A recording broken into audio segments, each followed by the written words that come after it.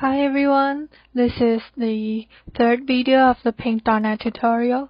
So when you begin to watch this video, make sure you have watched the previous ones.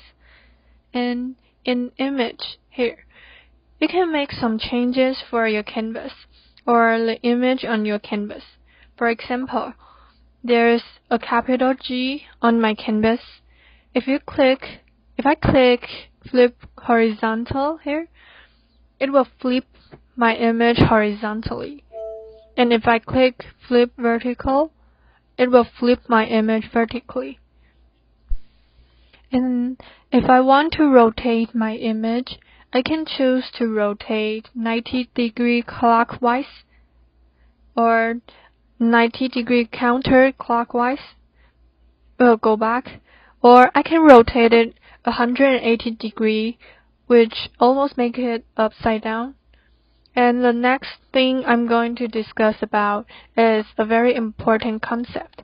It is the difference between the resize and the canvas size. When we click resize, you can resize the whole image, including the image you draw and the background canvas. For example, if I resize my canvas into an A4 paper size, which is the width will be 595 pixels and the height will be 842 pixels. As you can see, the whole canvas changes and squeeze the G. But if I click the canvas size to change and change it to the A4 size,